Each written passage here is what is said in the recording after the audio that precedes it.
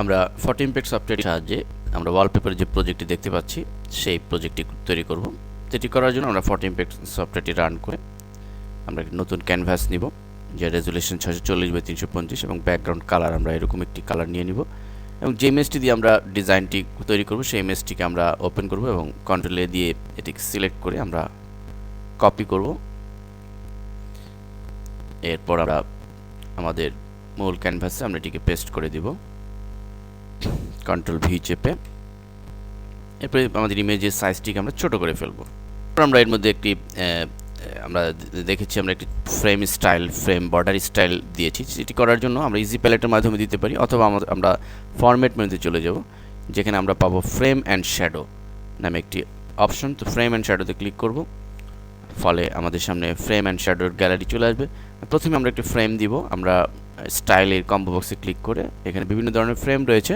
তো আমরা age frame গ্যালারিতে ক্লিক করব, যেখানে আমরা এইজ ফ্রেম গ্যালারির যাবতীয় ফ্রেম স্টাইল আমরা পাবো।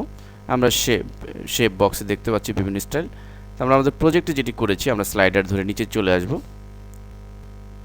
আমাদের প্রজেক্টের অনুরূপ যে আমরা যদি পেতে চাই, তাহলে আমাদের যেটি দিতে হবে সেটি হচ্ছে আমাদের ঠিক এই স্টাইলটি। এই স্টাইলটি ক্লিক করার সাথে সাথে আমরা প্রিভিউতে দেখতে পাচ্ছি। এবার আমাদের যে কাজটি করতে হবে যে এটির মধ্যে আমাদের শ্যাডো দেওয়া। তো এই জন্য আমরা এখানে আমরা ইচ্ছা করলে কালারও চেঞ্জ করে দিতে পারি। এখানে ব্ল্যাক কালার রয়েছে, আমরা ইচ্ছা করলে নেভি ব্লু কালার দিয়ে দিতে পারি ক্লিক করার মাধ্যমে। এবং শ্যাডোতে ক্লিক করে আমরা একটি শ্যাডো দিব এবং শ্যাডোতে ক্লিক করে এই শ্যাডোর যে চেক বক্সটি আমরা অন করব এবং এখান থেকে যে কোনো স্টাইল আমরা দিয়ে দিতে পারি। তো আমরা প্রথমে স্টাইলটি দিচ্ছি, দেন ওকে বাটনে ক্লিক। ফলে আমাদের দেখুন আমাদের ইমেজটির মধ্যে একটি চমৎকার বর্ডার ফ্রেম তৈরি হয়েছে। এরপর আমরা প্রজেক্টে এই বাংলাদেশ লেখাটি লিখেছি। এটি আমরা জাস্ট আমাদের এই টাইপ টুলটি যেটি রয়েছে টুল বক্সে, এই টাইপ টুলের সাহায্যে আমরা এখানে এরিয়াল ব্ল্যাক সিলেক্ট করে আমরা যে কোনো কালারে, আমরা নেভি ব্লু কালারে বাংলাদেশ লেখাটি লিখে দিব।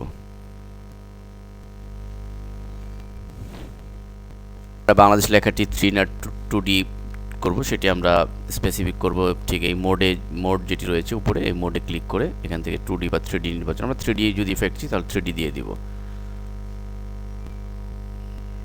এবং আমরা এটিকে পজিশনের মতো বসিয়ে দিব। ঠিক এভাবে ফটো ইমপ্যাক্টের সাহায্যে আমরা এই ধরনের স্পেশাল ডিজাইন তৈরি করতে পারি।